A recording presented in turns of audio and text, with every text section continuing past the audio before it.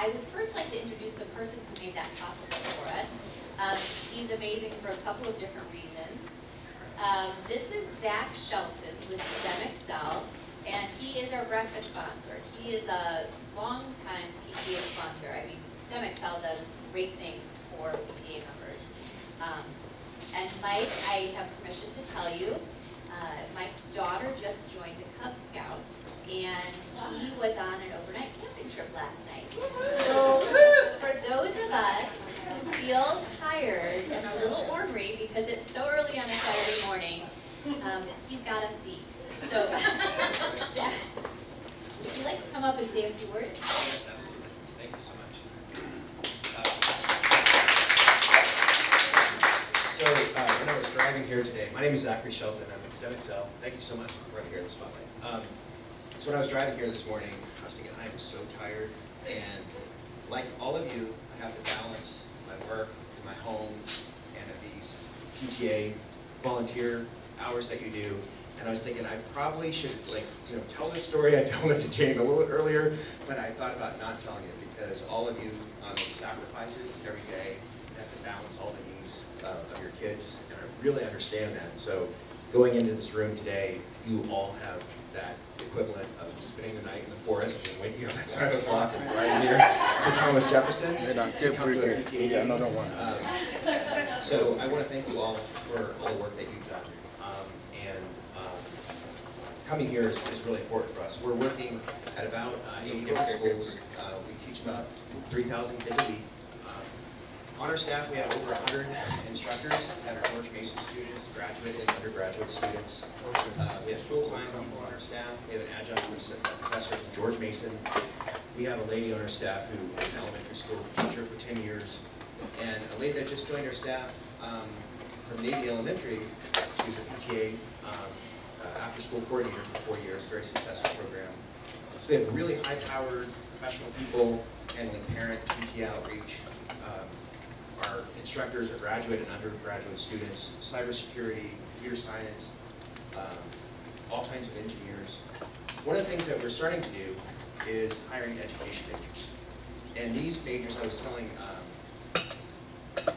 Lily, I think it was, earlier about how these education majors were outgoing, dynamic young professionals. They're going to be teachers in FCCPTA the next year or so. Compare them with our introverted computer science majors. And that combination is just fantastic. So we're going to be hiring more education majors. I look forward to speaking with the education department at GMU, making connections with some of the FCPS things. Because I think working in an after-school environment for these future teachers is very important as well.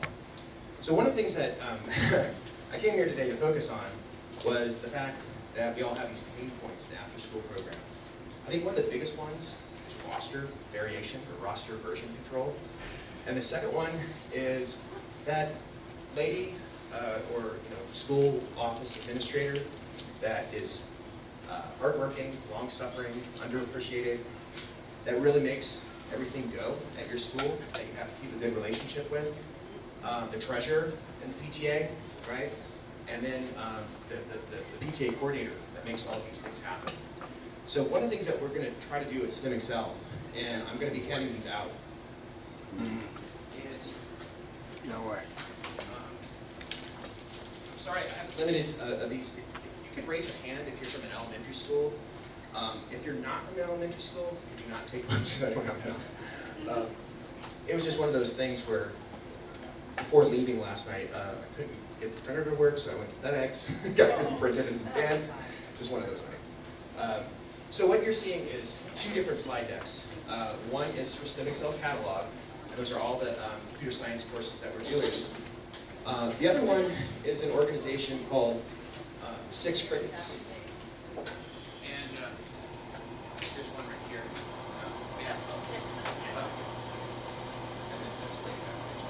So one of the things that we're trying to do with Six Crickets is on our back end. It's a registration system. Yeah, it's a registration system that allows for the PTA to have complete transparency with all of the rosters. So it also has this thing called Stripe. I was at a conference actually like 4 years ago in a different lifetime in Silicon Valley actually, when Stripe was really first starting to enter the marketplace. Now imagine, if you will, my wife went to a Prince concert a little while ago. Imagine, if you will, she's been to like 3 Prince revival, concerts every year since he's passed. It's this next year she goes again. So imagine, if you will, the picture. You have PTA donations, right? Some of your PTAs you handle the registration. Some of the PTAs, each one of your vendors handles the registration. So on your website, you can have either 5 different vendors that all have their own registration systems, and then your parents will go to the ones that they want. Then you get the roster from each one of the vendors, and you amalgamate them that way, right? The other way that you guys do it is the PTAs do the registration. You're a third-party facilitation company. We work for some of those, and we work with some of those for the access to the school. And the other times, you guys handle the registrations yourselves. Well, imagine at the point of sale, a course costs $110. $100 would go to STEM Excel, and we would pay the 2.7% with 30-cent transaction fee. So at the end of the day, we get 97. $2 goes to 6 Crickets. It's a free system. They just charge 2% on the transaction. And then $8, let's just say in this hypothetical pricing, goes directly to your PTA's bank account, straight to the bank account. No invoices, your treasurer will love it. And then when we do a refund, that refunds back from your PTA's bank account. If, little Susie wants to do soccer and said, I'll finish in just a second. So that's the system that we're trying to use. So we're trying to get better every year. I wanted to speak about our great programs, but I also want to talk about the pain points, because I used to do process improvement and systems engineering, and these keep coming up every year. The treasurer having to do all this work at the end of the session, after-school K coordinator dealing with all these different versions of the rosters, and these great people in your front office trying to do their best to communicate. So we're going to be here to solve it. I think this 6 Crickets is a system that your PTA can use. We're going to be using it for our point of sale system for the schools that we work at regardless. I'm giving you this information because if your PTA uses it, I think you can probably make 10 times the donations that you're making off of your current structure, because it will all automatically go into your bank account. It will reduce the paperwork of your treasurer probably by 8%. Okay? So we're STEM Excel. Thank you so much for this forum to talk about these issues. I'm going to be available for the next couple hours, maybe until noon, then I want to take a nap. Probably got like 2 hours of sleep last night. My daughter was knocking on the tent, or her friends at like 6 o'clock in the morning, like running around the forest. So hopefully they're still in that area right now. Is there any questions that you may have of me? And then I'm going to absolutely turn it over. Thank you for your time. Any questions for me? So there was 2 packets. I just wanted to make sure everybody got it. So it was Right. STEM Excel and the And you didn't get it? right. So it was this one and this one. So I'm not going to spend it. Can I email it to you? Thank you so much. Any other questions for me? Yeah. I'm not as familiar with you all. Do you have like a brick and mortar building that you do classes out of as well, not just PTA programs? Yes, we have both. We have an enrichment center, and I was talking about that to a few of our PTAs here today. At our enrichment center in downtown Fairfax City, it's right near the old city hall.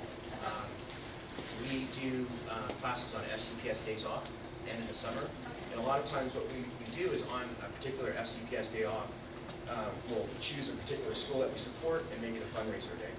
So your parents win because they can drop off their kid between 8:40 and 9, pick them up between 4 and 5, when the second quarter grading day is that random day in the middle of the week or something.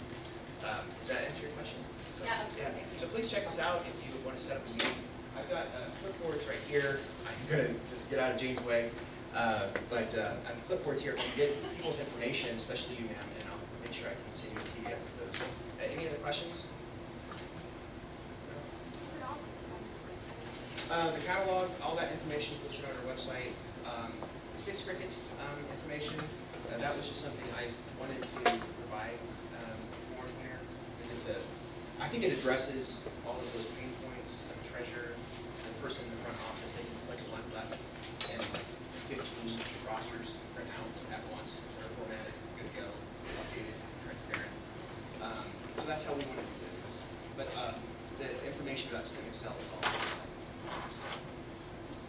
Okay, thank you so much. Thank you. Zach, thank you for being such a great partner to PTA. Thank you. Look forward to seeing you today. Keep the questions coming for Zach, and please, he's got a table right downstairs. STEM Excel, Learn Now Music, and Silver Knights Enrichment all have tables. They're all important sponsors of today's conference and help make it happen. So please, we've packed the day with plenty of time cushions for you to network and find out more. Please stop by our sponsor tables, ask questions. Please stop by our exhibitor tables. They're down the hallway right below us. The exhibitors are all places that have important tools and information for your family engagement activities. So be sure to spend some time there today. So I am Jane Miscavige. I'm the president of Fairfax County Council PTA, and we are so happy to have you today. This kicks off our major effort this year of really accelerating our family engagement work. Family engagement is the foundation of PTA work. It's undergoing a very important transformation throughout PTA and throughout education entities, experts. Today, later you'll hear how it affects our county and community. So family engagement is changing. Our citizens have changed, our families have changed, the challenges facing our parents and families have changed, and we too will change. We're going to take our 110-year history of family engagement activities, and we're going to adapt it to draw in the families of today and make being involved in school and being involved in their child's academics at home meaningful and rewarding. We're going to take the secrets that we know about student success and make them available to everybody within our school communities. We will have today some really wonderful people. You can tell by the bio form that's in your, or the biographies, in your packet. We have FCPS leadership that is among the best and brightest in our country. We've got top-line policy experts. We've got people doing important things for our entire system. And as the 10th largest school system in the nation, we lead the way. So what we do here in Fairfax County makes a difference. A lot of people are watching. So I have some VIPs. I would like to introduce the school board members. They're going to actually rotate in through different parts of the day. So look out for Ryan McElveen, Janie Strauss, and Sandy Evans will be joining us at noon for our panel. Tracy Potts, are you here? Tracy, hi. Tracy is with National PTA. We'll hear more about this later today. National PTA is kicking off a new Center for Family Engagement to help guide all of us through the transformation. Family engagement used to be kind of passive. We used to look for families that we could serve. Maybe you don't have PTA members, but you've got all these other families you want to help lift them up too, and so you create a CARES committee or a food pantry.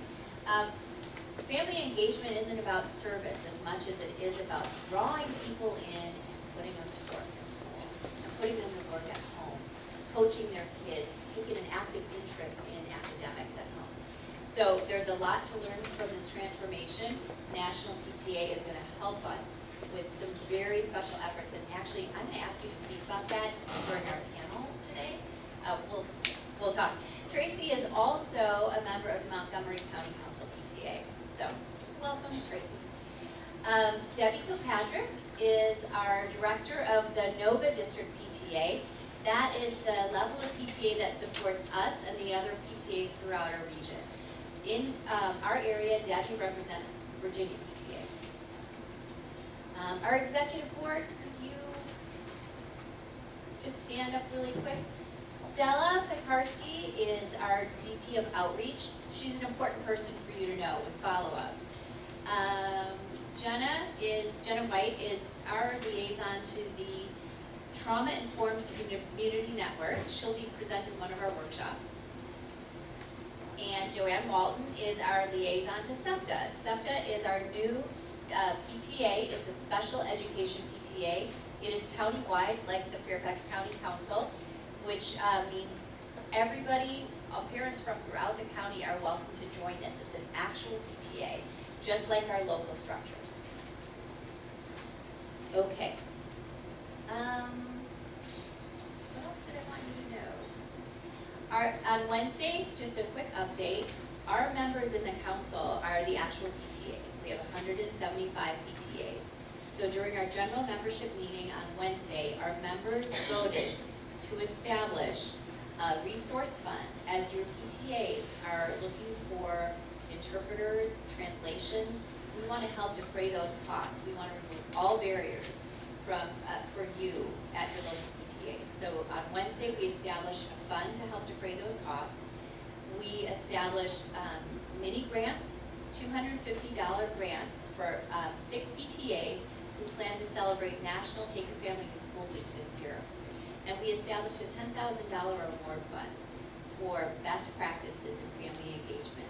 We really want to motivate our local PTAs to take tangible and dramatic strides in reaching out and bringing in people who haven't been connected to their school communities up to this point. So we'll be rolling out more information about that, but I want you to know how serious we are about making great strides in family engagement this year and continuing on for the future. But this is our huge kickoff year. Okay, I would like to introduce Kathleen Waltz. Kathleen is the Executive Director of the Office of Professional Development and Family Engagement for Fairfax County Public Schools. This office and the other resources you hear about today, they've provided so many resources and speakers, and they're really helping inform our work. So this is an office I'd like you to become familiar with. Look out for their emails, their posts on Facebook. It's a tremendous resource right here at home. And I'm going to ask Kathleen to introduce our other leaders from FCPS. Thank you. So thank you, Jane. And it is a pleasure to have so many of you here today, as well as staff from FCPS. And first, I'd like to introduce Dr. Fabio Zuluaga, Region 2 Assistant Superintendent. We have a couple of introductions that will come later, but I also want to recognize the staff of the Office of Professional Learning and Family Engagement, Renee Huffman-Jackson and her team, who helped to plan and coordinate those programs. Yvonne Denome, our Title I manager, and Nina Thomas, who you will hear more about and from later, but she is our coordinator for professional learning and cultural responsiveness. Nina. I want to be sure I didn't miss anybody, so all right, very good. So it is truly an honor and a privilege to introduce our next speaker, Dr. Francisco Duran, who is our Chief Equity Officer in Fairfax County Public Schools. And I want you to know how fortunate we are to have him with us. He is credentialed, he is an advocate for students and families, and I'm just so proud to be here to introduce him today. You will see in the bio that he has a diverse background in education and worked passionately to ensure that all students receive a quality education needed for them to be successful in the post-secondary education and employment in today's ever-changing world. He was influenced to become an educator by a teacher who saw many talents in him, and he was always inspired and is inspired to challenge others to do their best. Dr. Duran has a diverse background in education, beginning as a special education paraprofessional, teaching Spanish, social studies, and language arts, and serving as an activities director, athletics director, assistant principal, regional superintendent, and a superintendent. He was appointed Chief Academic Officer in Fairfax County on October 20th, 2015, and is now our Chief Equity Officer. Recently, Dr. Duran was appointed to the Virginia Board of Education, an honor for him and for all of us in FCPS. Please give a warm welcome to Dr. Duran.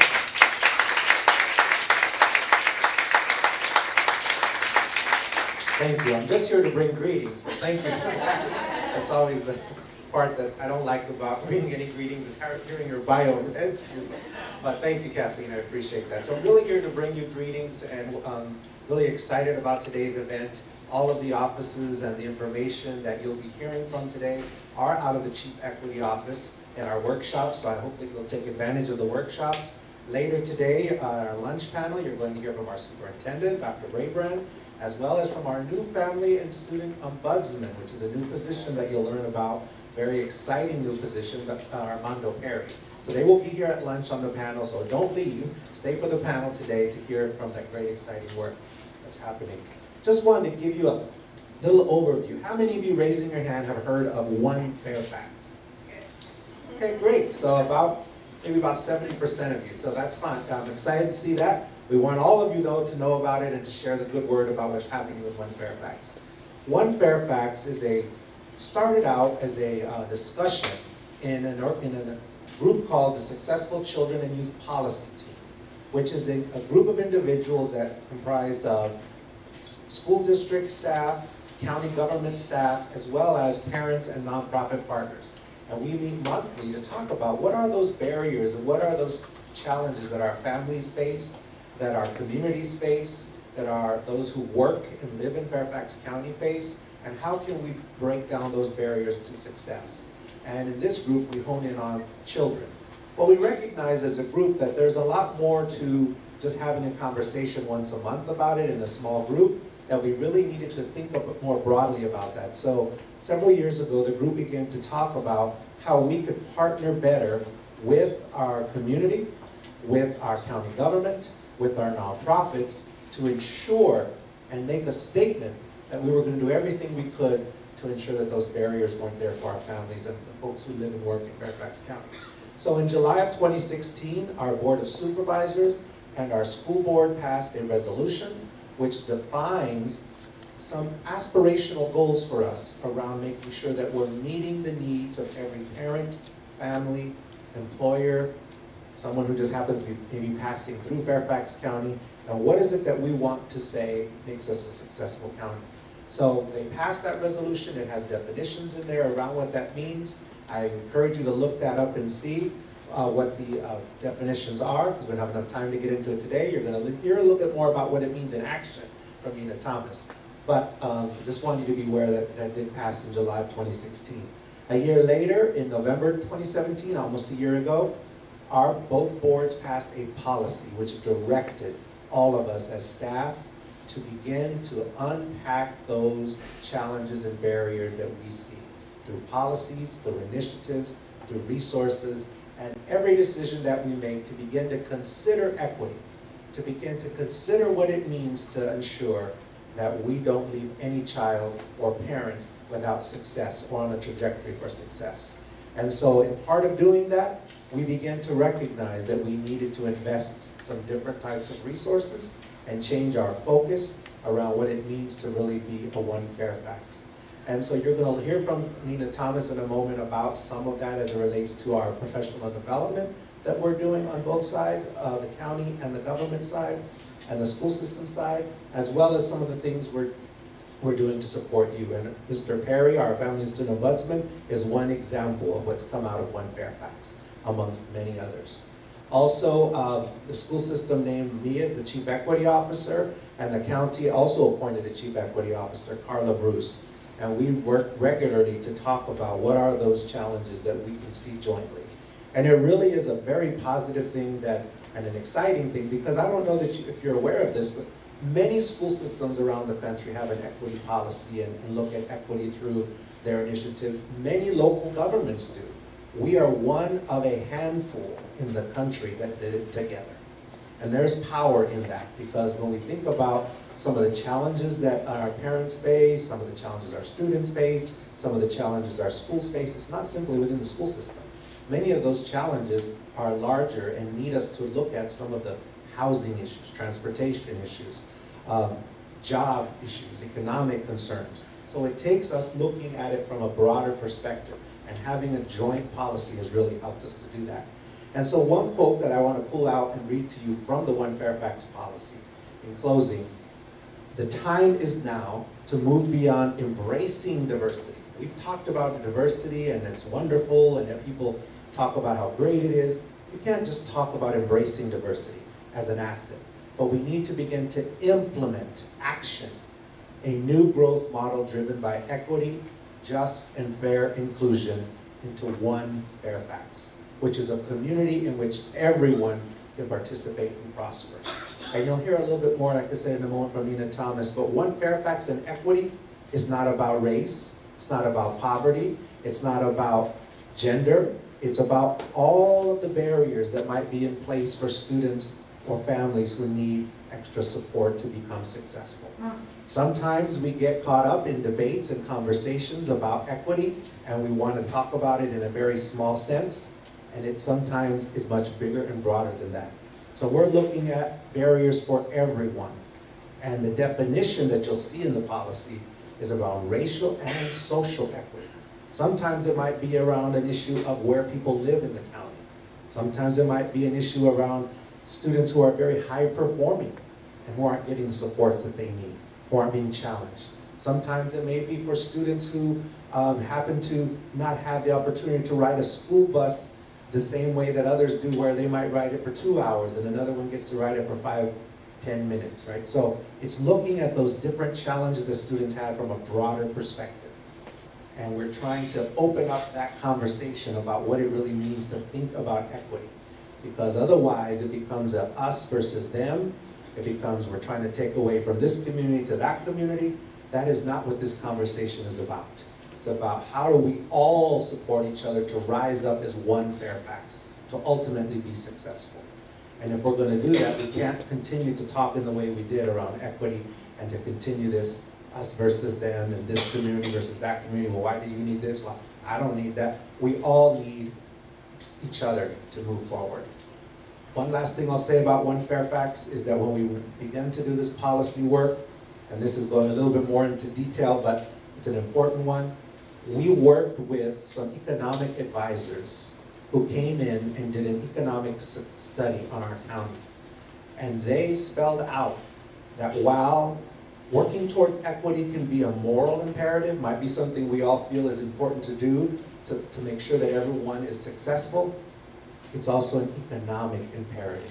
Because if we don't support one another, and when I mean one another, I'm talking about everyone who lives and works in this county, we will not continue to be a successful county and a viable county moving forward. We know there are pockets of excellence around this county. We know there are pockets of challenge.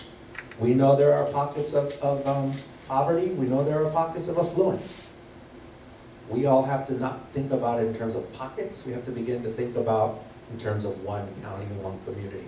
And if we don't do that, this economic study, and there's information if you go on, if you just Google One Fairfax, you can see the study is on there. You can dig deeper into the resolution. You can dig deeper into the policy if you're very interested in that. But it's very clear, it spells out, if we don't support and work together and come together as one community, we will not continue to thrive as one community.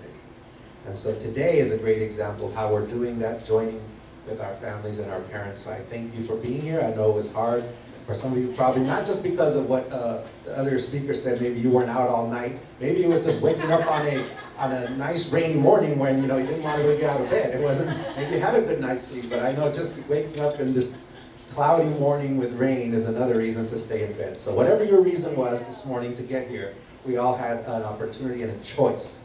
And you made the choice to be here because you are committed to ensuring that we can partner together, not just for your child, but for all the children in your school and in our county.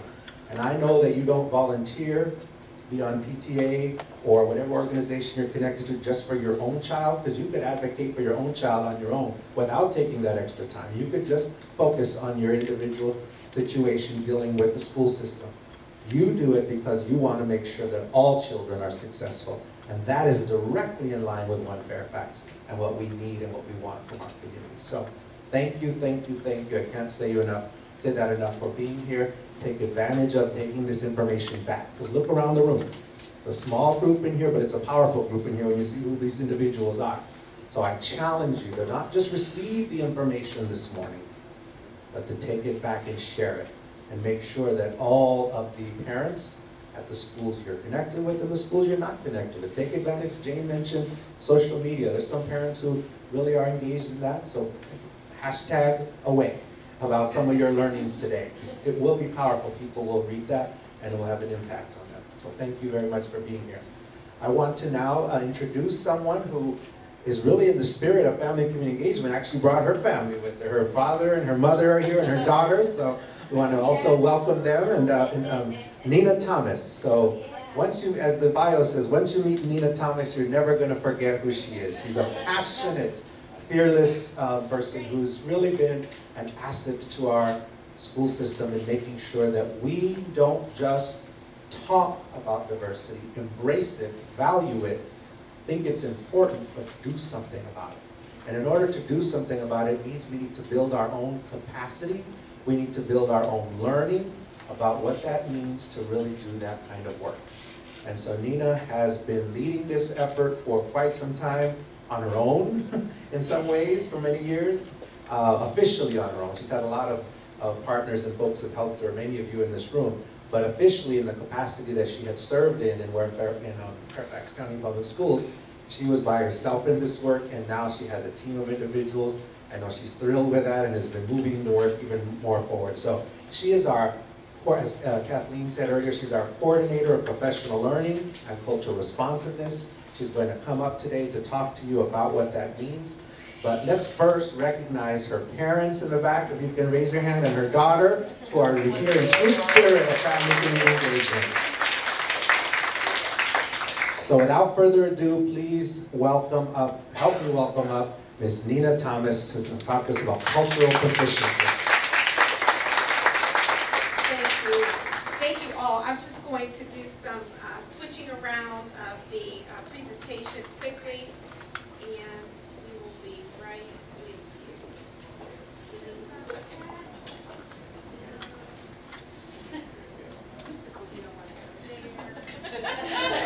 I'm taking you into my presentation. I want you to see that yet.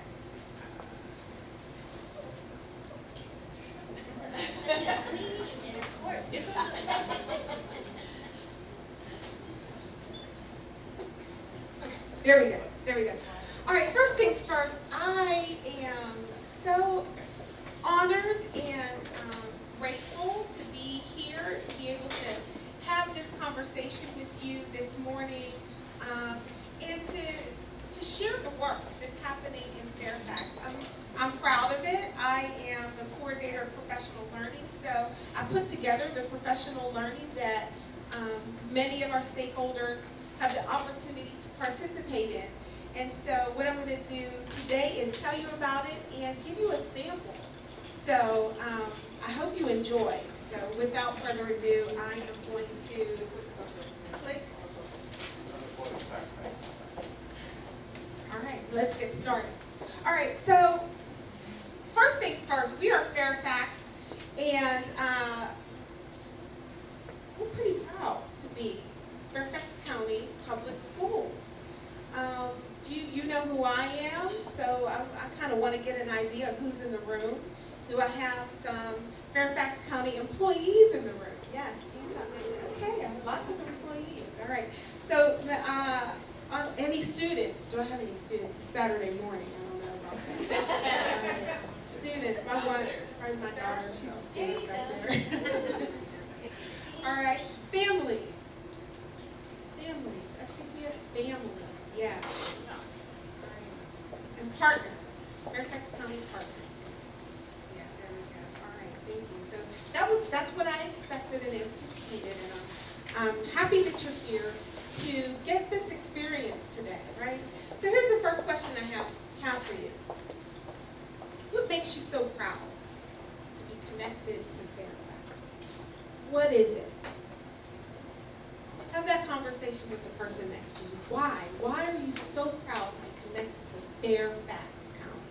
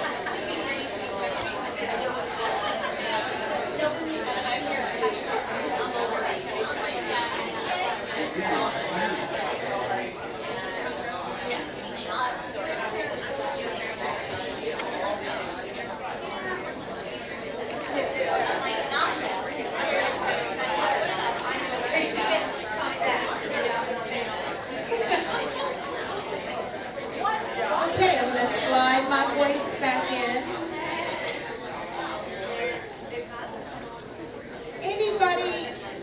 Anybody willing to share what you talked about? Why so proud of Fairfax right now? Because there are after the school programs, because AMSI has overall good, according to grade schools, good grade schools, even though we know that some schools are struggling, but I know that at least there is concern like case of Jeff School in the high school to change and try to motivate us to becoming better and things like that. So our quality, right? Our quality of schools, Yeah. right? And the opportunities for students, Yeah. those after school, right? Who else? I saw another hand. Along the same line, that we're a very diverse community, and there is significant wealth, and a lot of that wealth gets redistributed and shared among the people, either knowledge or economic, or like, it's not all about the person who has the money, it's about everyone. Thank you. Thank you. In the back, one and then two. I'm so proud of Fairfax as a parent and staff because we believe that each child has so much potential. And we do everything that we can to provide resources, support, to maximize those potentials again because from every child. So I am so proud to be a part of this. Thank you. Yes, we're about student success, right? In the middle.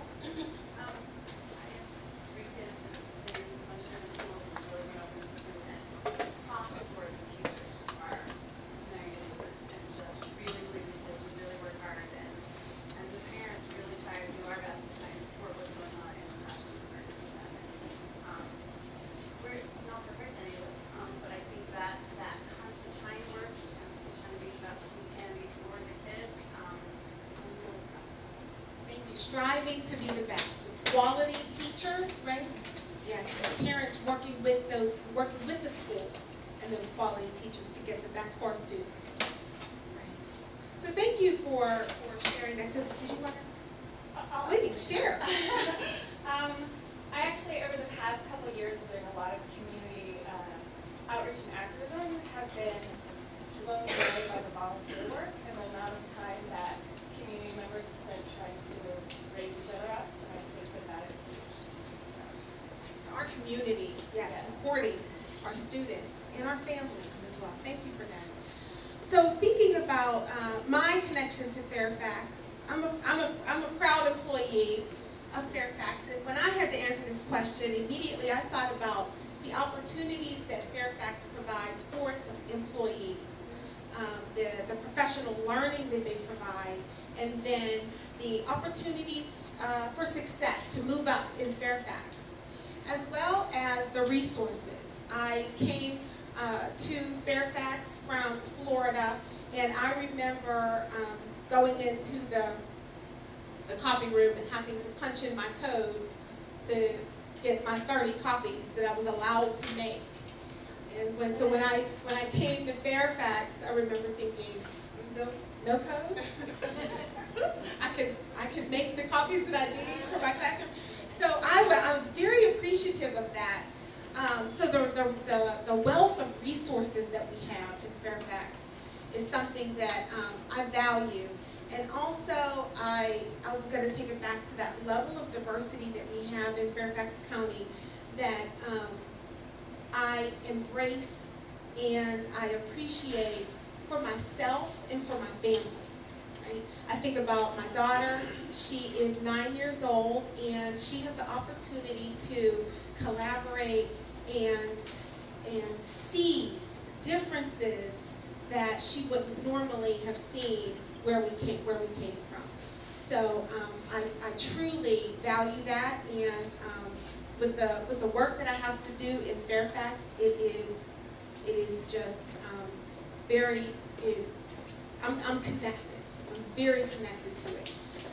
So I want to just share a couple more things about me. I am proud to be a third grade teacher. I came to Fairfax to teach third grade, and I will always consider myself a third grade teacher. Anybody in here connected to third grade? Have a third grader? Yes, third grade rocks.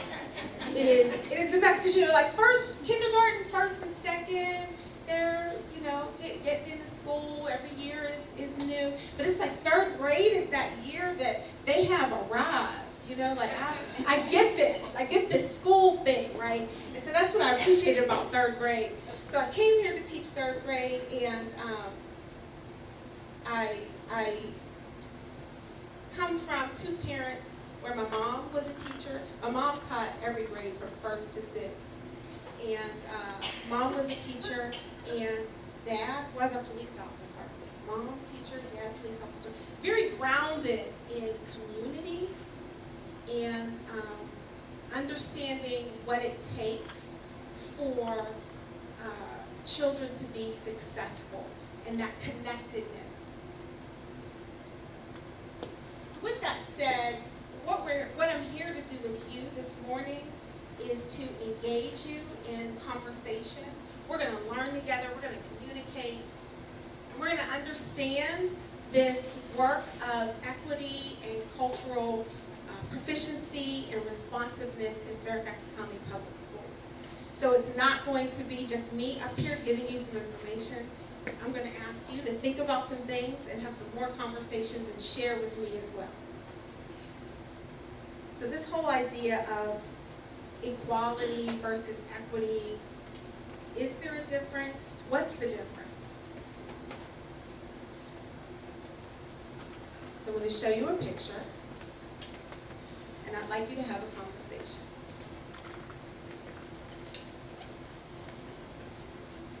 Turn to your shoulder partner.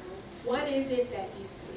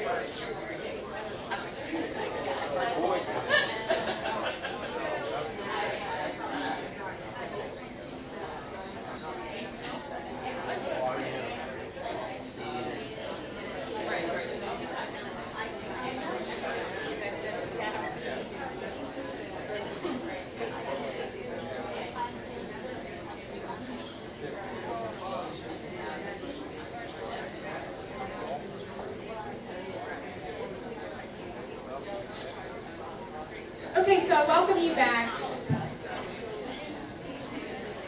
I was having this conversation with Dr. Duran this morning because he had another picture around equity as well. And in the end, what it boils down to, access and opportunity in order for all of us to get to the same outcome, right?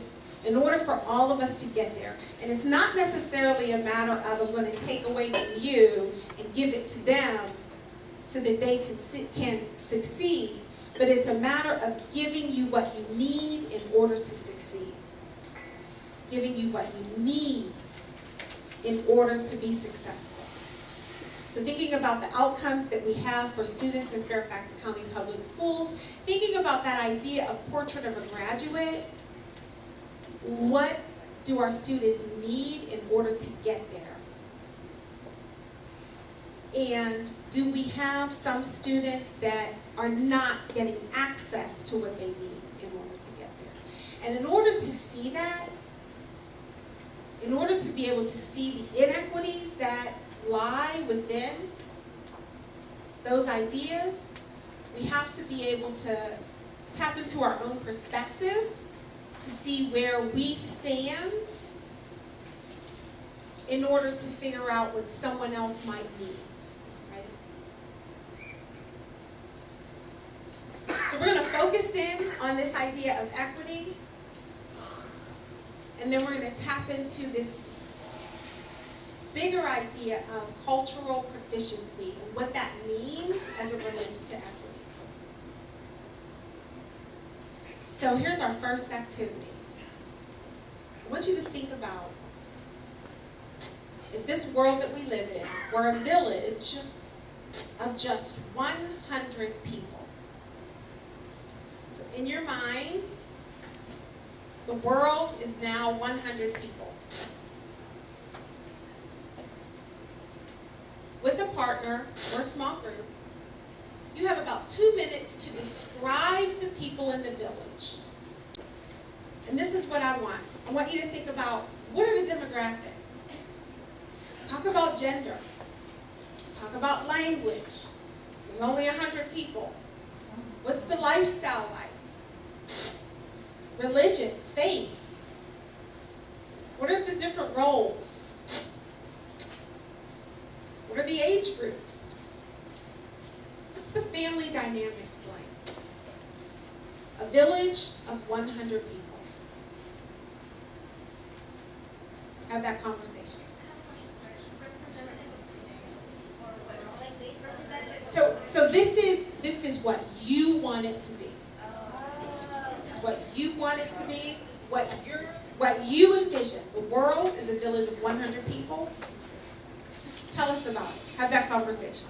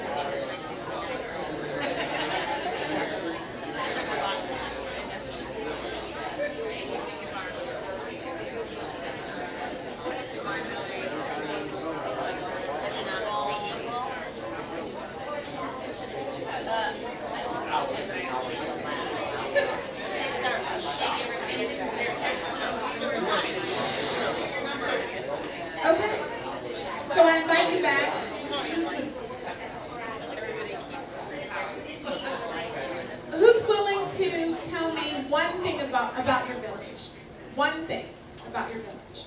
One. Our village is able to take care of all our children since they born, because our people, they are hard workers and they need care for children. So our apartments, our condos, they have places that kids they can be raised, and the government is overseeing that these people is working well there.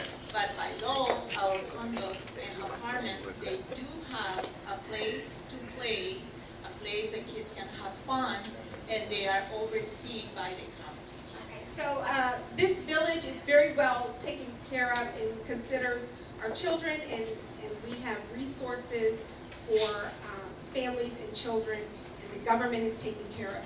It's overseen. Yes. Overseen, yes, okay, that's one. Two.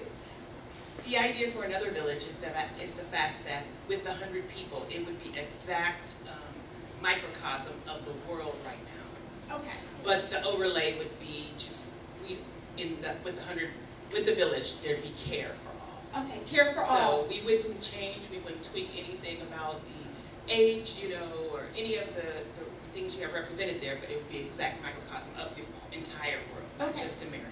Okay. Okay.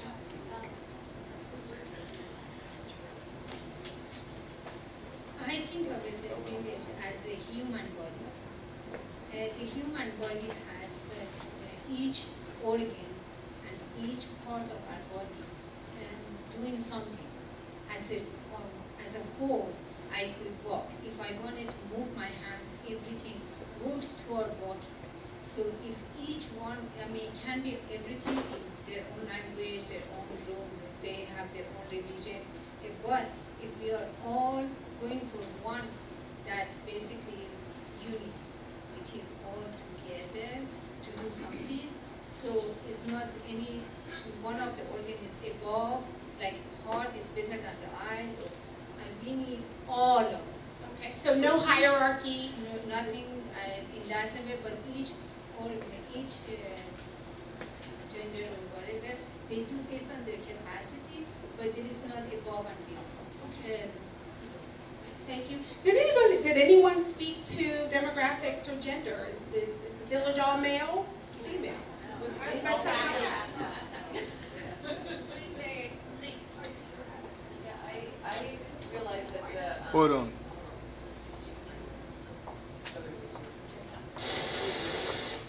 I realized that the demographics to me didn't really matter. It was more about if everyone had what they needed, we could spend less time advocating for what we needed and spend more time together and enjoying each other and living. So this 100 people would be like a family.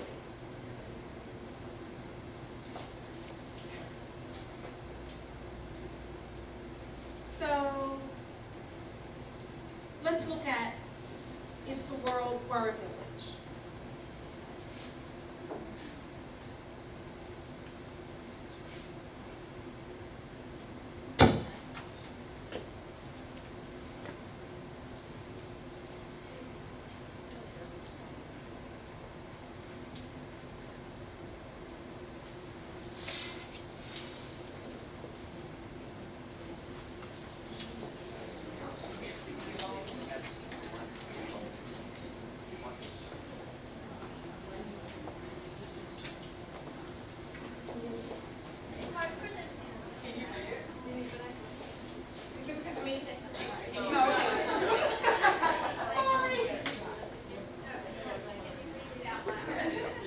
There's a reflection on the glare on the screen.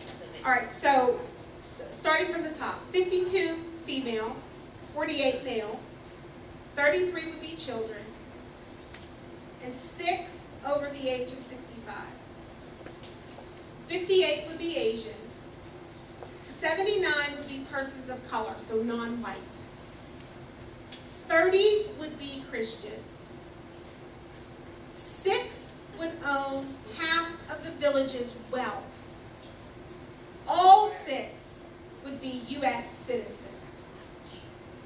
9 would speak English. 50 would suffer from malnutrition. 80 would live in substandard housing. So whatever the standard is for housing, 80 of them would be below that. 66 would not have access to clean, safe drinking water. 10 would be considered LGBTQ, and 1 would have a college education. Have a conversation with the person next to you about, I'm going to put it back up.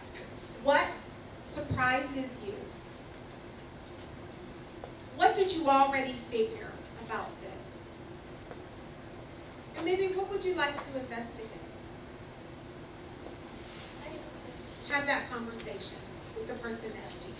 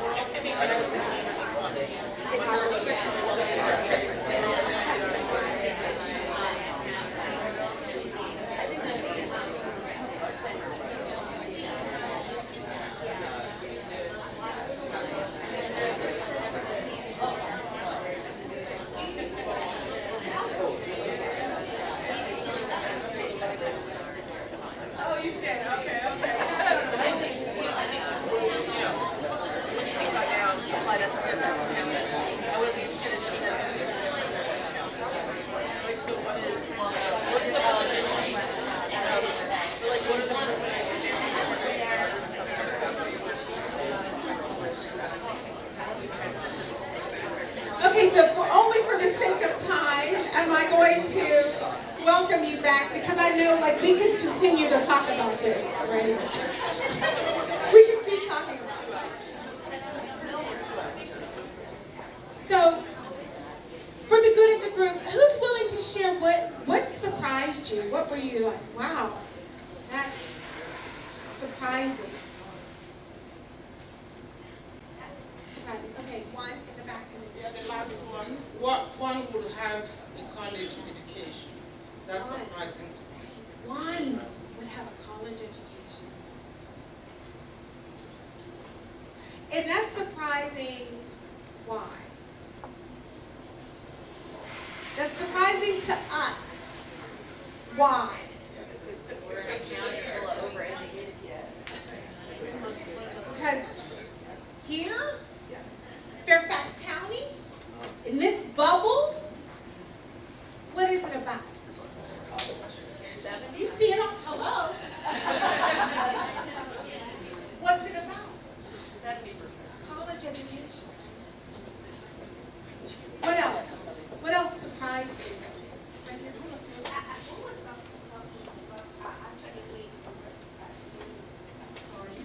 We were just sharing that in some ways it didn't surprise us that those numbers, but we were thinking at the beginning what would be the world we dream in that village. But even though we were dreaming, we thought inside ourselves that it wouldn't be any surprise to have that next slide. So that's what we share here.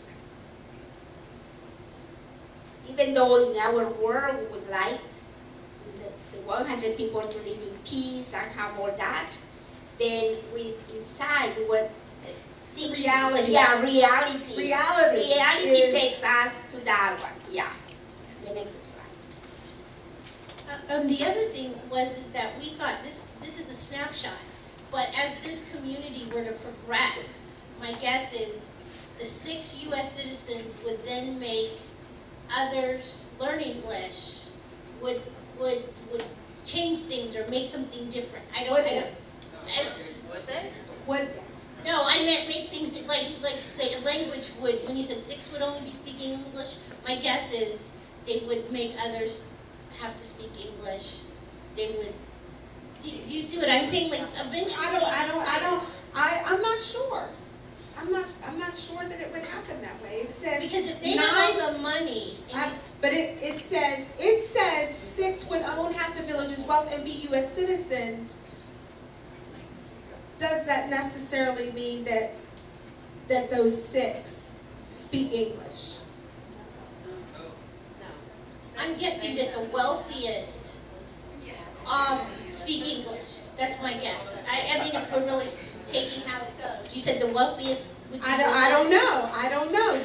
Do the 6 American U.S. citizen that doesn't speak English? I think they would, and I think it would force whoever worked for them to start speaking English. So with the 6 that it says 6 U.S. citizens, I don't know. Would that be one of the college education people? I don't know. It's a possibility that not, right? So I think I hear what both people are saying. So what you're saying is that the wealthiest people would be imposing their will on the other people who have less power, I think is what she's saying. And what you're saying is our assumption is that the wealthiest people speak English, but maybe they don't. And so I think that's right. Anyway, that's all I just wanted to say. Yeah, well, if they're U.S. citizens, and they're wealthy. Assumptions, right? That's the key word here. Okay, one more comment in the back. It's purple.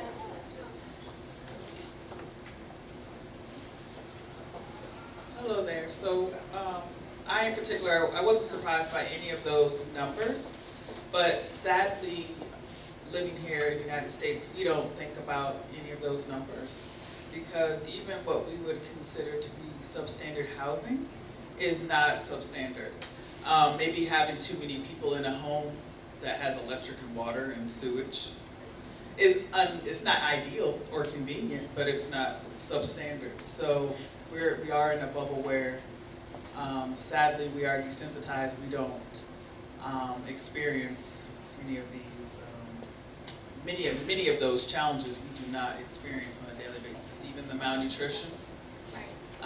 Even if one of our children go hungry a few hours longer than they would like, they're probably not undernourished. So we're kind of in a bubble where we don't experience these, but none of those numbers surprise me.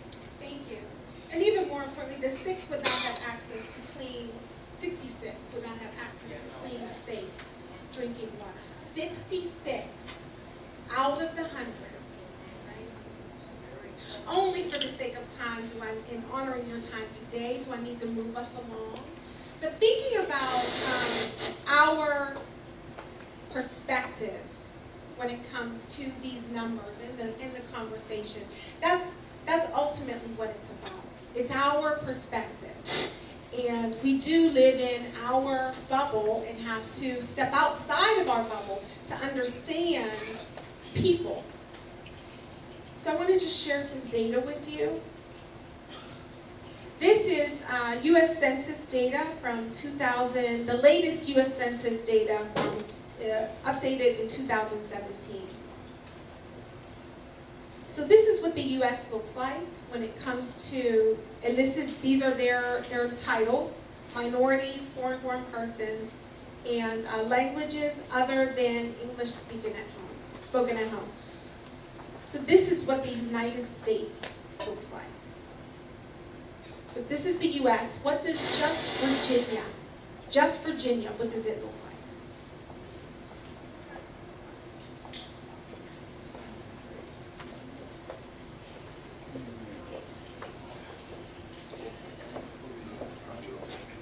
And if that's what Virginia looks like, what does just Fairfax look like? There's our bubble.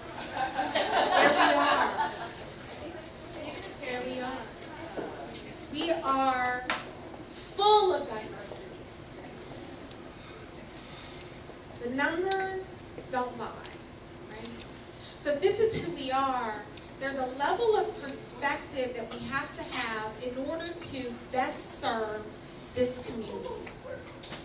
You have to understand who you are and where you come from in order to appreciate where someone else is and who they are, right?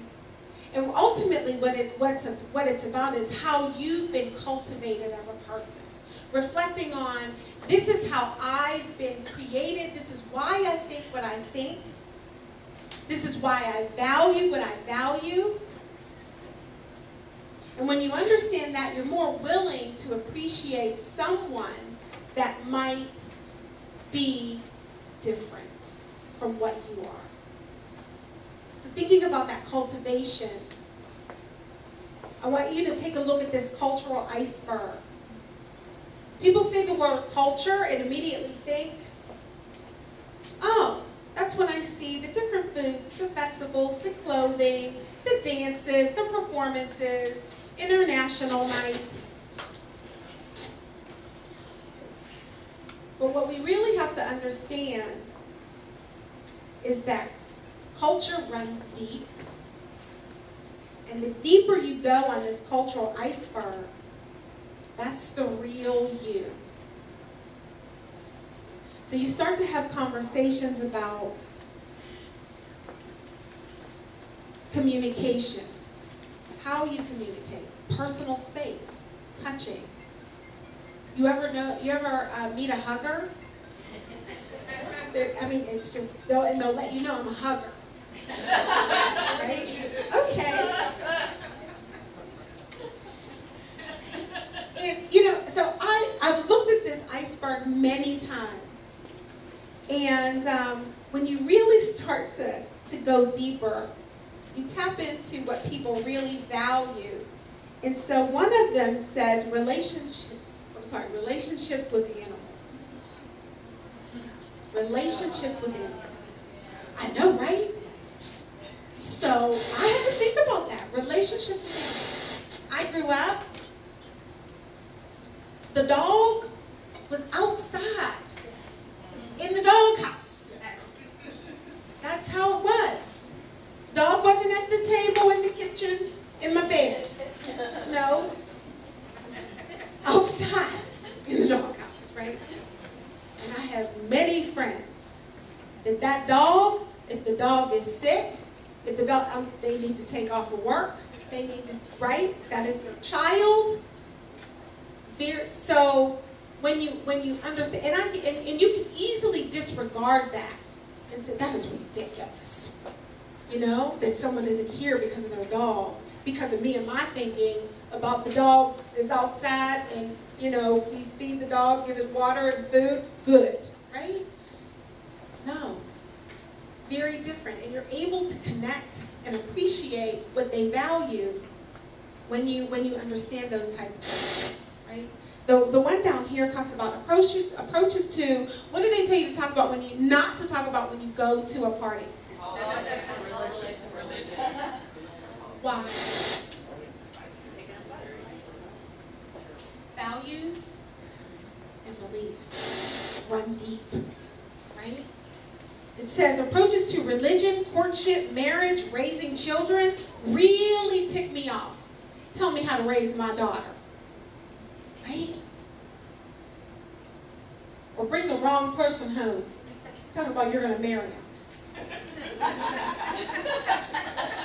That's when you really see what people value and believe, right? So it runs deep, this whole idea of culture and who you are. So it's not just about food, flags, clothes, language. It is very dynamic and it changes. It changes over time. Think about your culture as a 20-year-old. What were you into? Think about your culture now.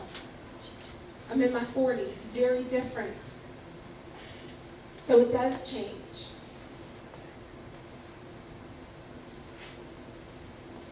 So this is something that we have to understand, is that culture is ever present. It is always there and always to be considered.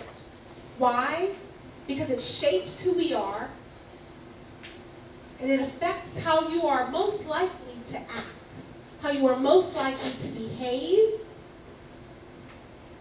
how you are most likely to react, and then how people will perceive you. And not only that, how others are likely to act towards you. So it's very layered in any given context, setting, or environment. Culture is ever present, always there. So when you're on this journey of realizing culture and cultural proficiency, which we're going to talk about a little later, you start to understand why someone might be behaving the way they behave, and you're less likely to be offended or annoyed because you might consider, I wonder if that has something to do with culture and who they are. So what's important for you to know is Fairfax County Public Schools has implemented this idea into the strategic plan. As educators, as employees, as staff, we are focused on this idea of having a welcoming environment for our students, families, and employees. And this is a piece of how we're going to get there. And so what it says in our strategic plan is, I'm going to let you read it.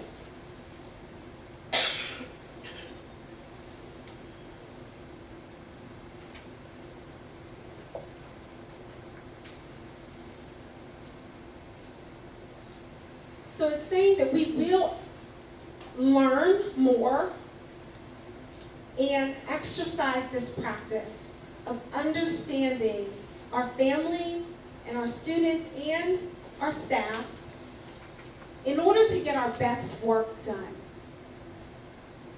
I'll say that again. In order to get our best work done for students, right? So we started on this journey of having a chief equity officer. That's Dr. Duran, you heard from him earlier. That's a new title for Fairfax. We have a chief equity officer. We have a coordinator to provide the professional learning needed for our staff to start this journey.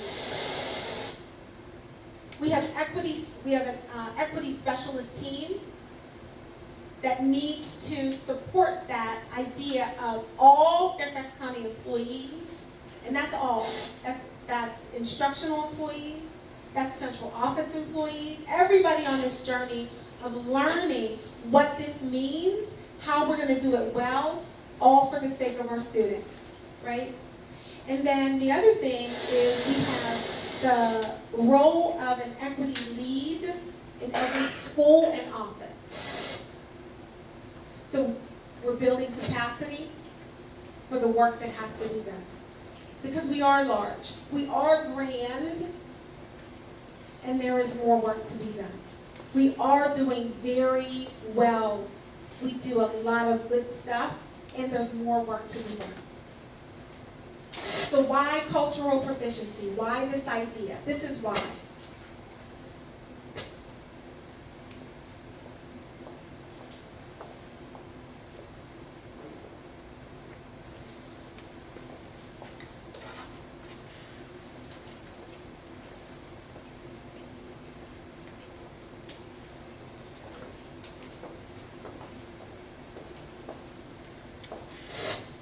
Tapping into the strengths of all of our students, not just some, but all. This is why we have to do the work.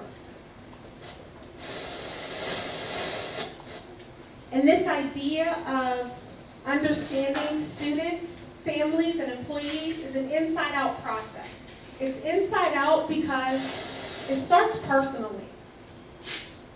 Because it has a lot to do with Our core beliefs and our values, they come out in our actions. They come out in our instructional decisions, and then that influences FCPS as an organization. So we have some conversations about who we are and what we truly believe for the sake of our students. Again, it boils down to what? Perspective. And you have to understand perspective in order to do this work.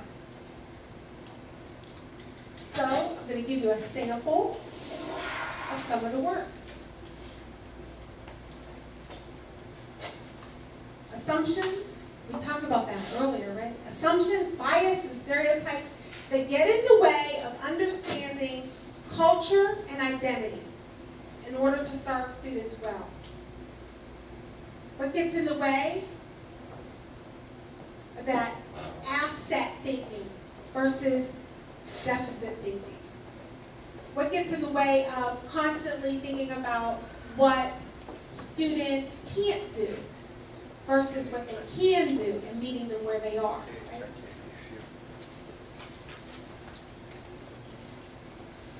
So who do we typically have high expectations for? Who are the students that automatically walk in and are expected to achieve and do well versus some students, average and below basic is acceptable. And these can be hard conversations because you will not meet an educator or a person working in Fairfax that doesn't think, oh, I have the best intentions for every child in Fairfax, right? But then when you start to dig deeper and you think about the language that's happening and the practices, maybe we need to reflect, right? So that we can do better for all of our students. So let's practice. I want you to think about the assumptions and bias, the stereotypes that come with the identity of being a stepmother. So just think, stepmother. I bet there's a stepmother in the crowd. But what comes with that? Have that conversation with the person next to you. A stepmother.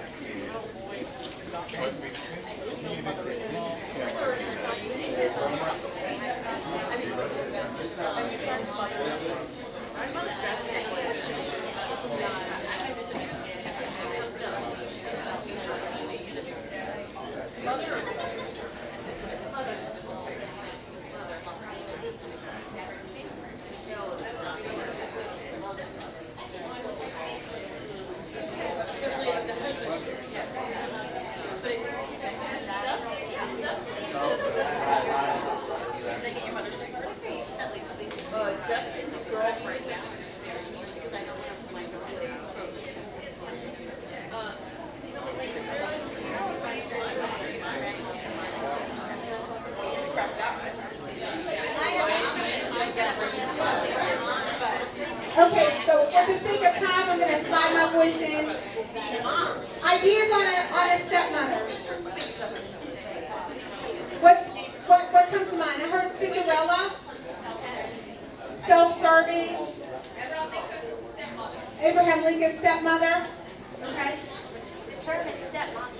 Stepmonster. Wow, yes.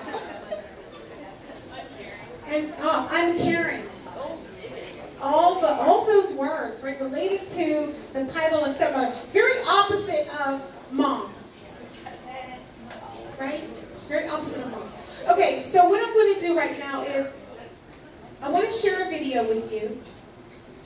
It's an emotional one, so get ready. And then we're going to come back to this idea of a stepmother and what that means.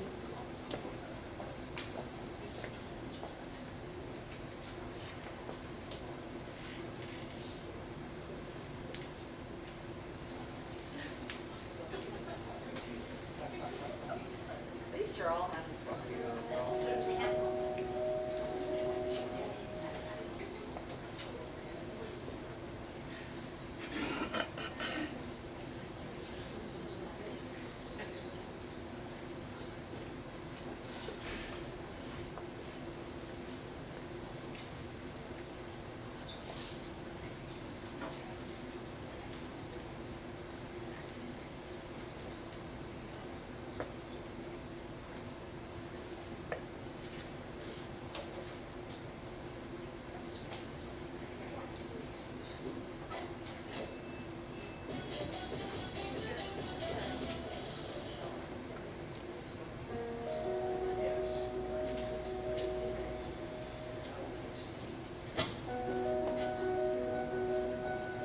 So Tara and I were married for 7 years, and 2 years into it, we had Nack's body. You know, we had a few good years. I just think that at some point, you know, we stopped watering the plant. And you know, with anything, a plant, if you put poison on it, it'll just wilt and die. My parents have been together for 45 years. Divorce was never an option for me. So these were painful times, hard. It's an awful feeling to not be with your child every day of their life. At some point she started seeing somebody after we were done. Yeah, at the time of the divorce, I didn't consider Jamie finding another wife. That triggered a lot of emotions. So who's going to be around my son?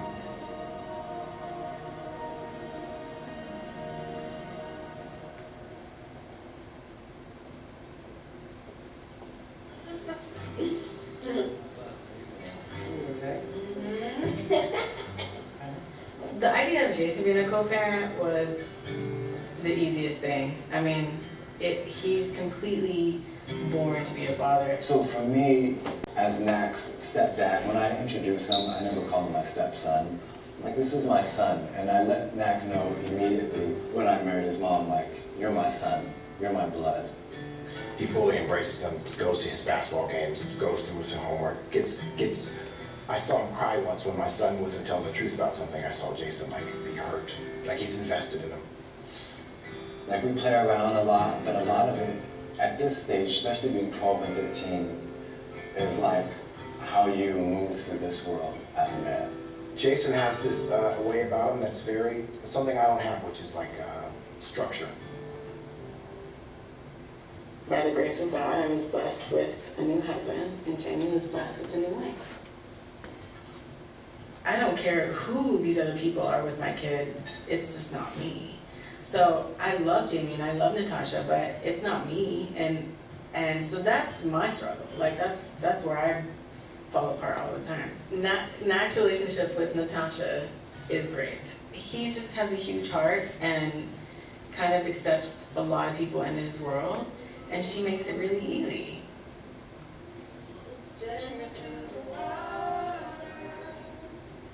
Music is a big part of this family. It just keeps it really fun and light and loving too, you know. And I think that's a big way of how Nack and I have bonded, being kind of like a new friend in his life as well as a new parent in his life, but still keeping it loving and fun.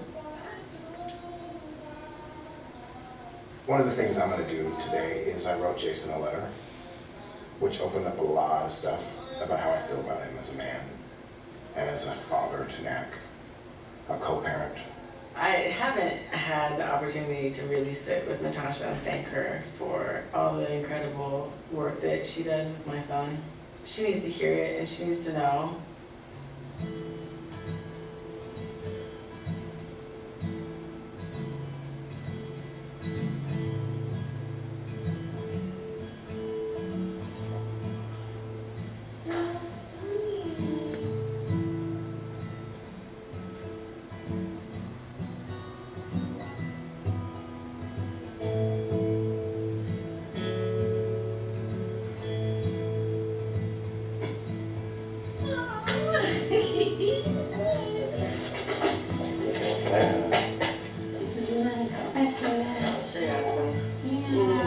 It's been a long day.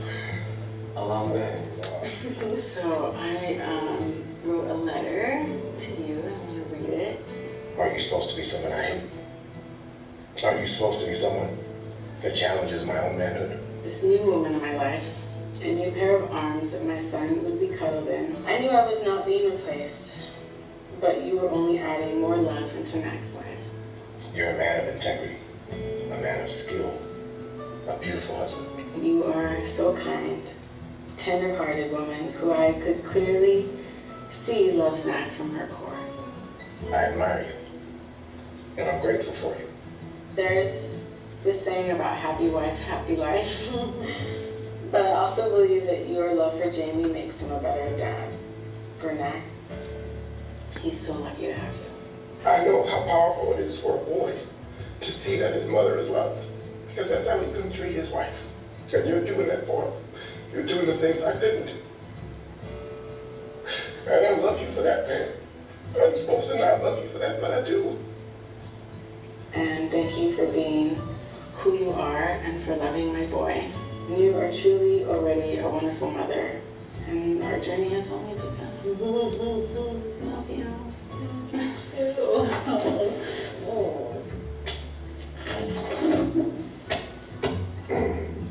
This lovely surprise. So sweet, thank you. Thank you. My man, I just want you to have that. You ain't gotta say nothing, man. Just want you to feel my love. Thank you. Mac has always wanted a big family, one with lots of brothers and sisters, and now look what has happened for him. So pancake, I'm gonna let you collect yourself. It's an AT&T commercial.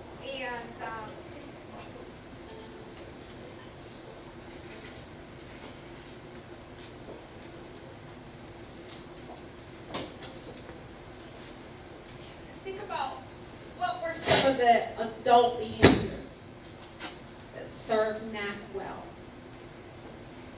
Have that conversation. What were the adult behaviors that served NAC well?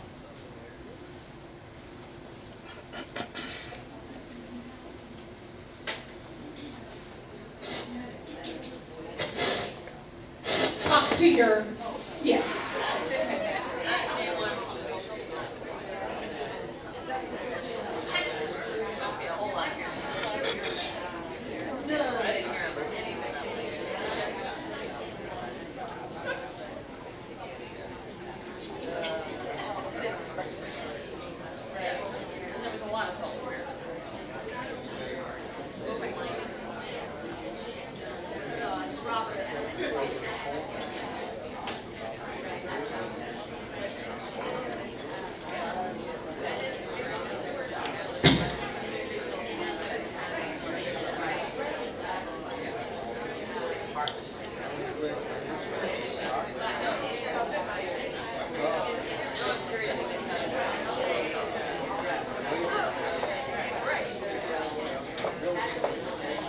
Okay, so I welcome you back.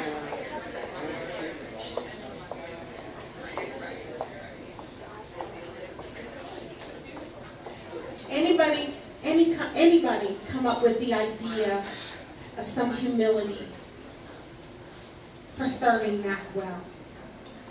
Right? NAC first.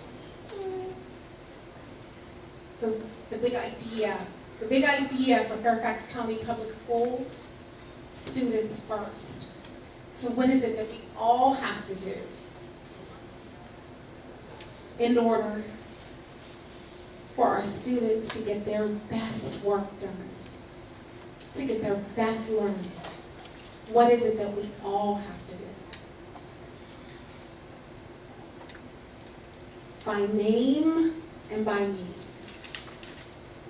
And that takes relationships. That takes stepping outside of myself, understanding what someone else is coming to the how they're coming into a situation, whatever it is that we need to encounter together, and working together to get it done. Right? Cultural proficiency is approaching each encounter with the knowledge that our own perspective is full of assumptions and prejudices. They're natural. They're in there. But it helps us keep an open mind and remain respectful of the people involved.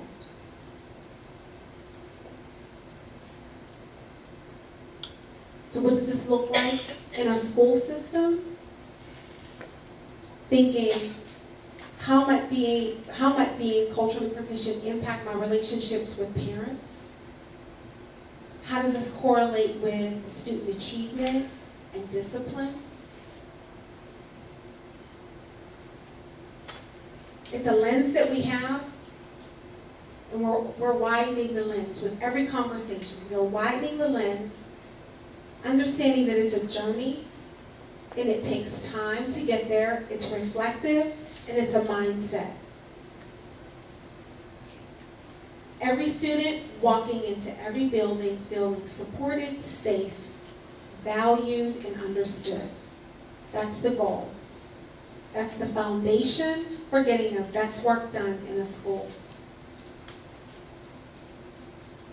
The message, I see you, I see who you are, I see what you're bringing to the table, and I welcome it. You belong here, you belong in this seat, you belong in this school, and you're worth it. You're worth my time, you're worth the conversation, you're worth the lesson plan, you're worth the phone call. The idea of a caring culture, being responsive to our community. Every child has two stories, who they are and how they learn.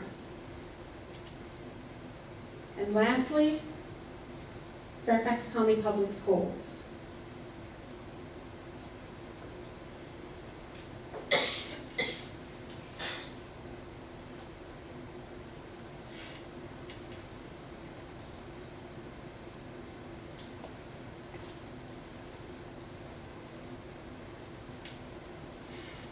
And with that said, thank you for your time today.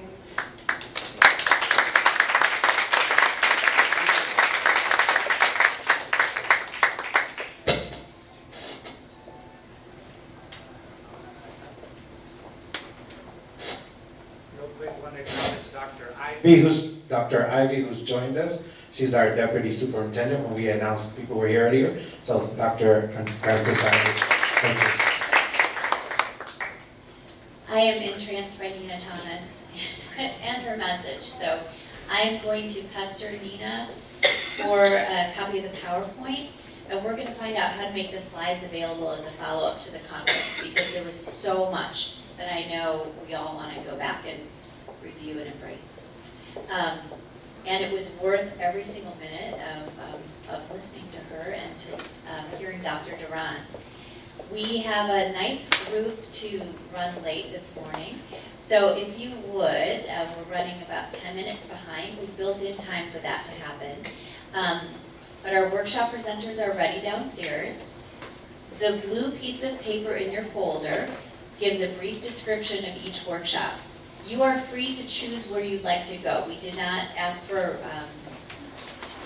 your registration to kind of dictate and put you in a slot.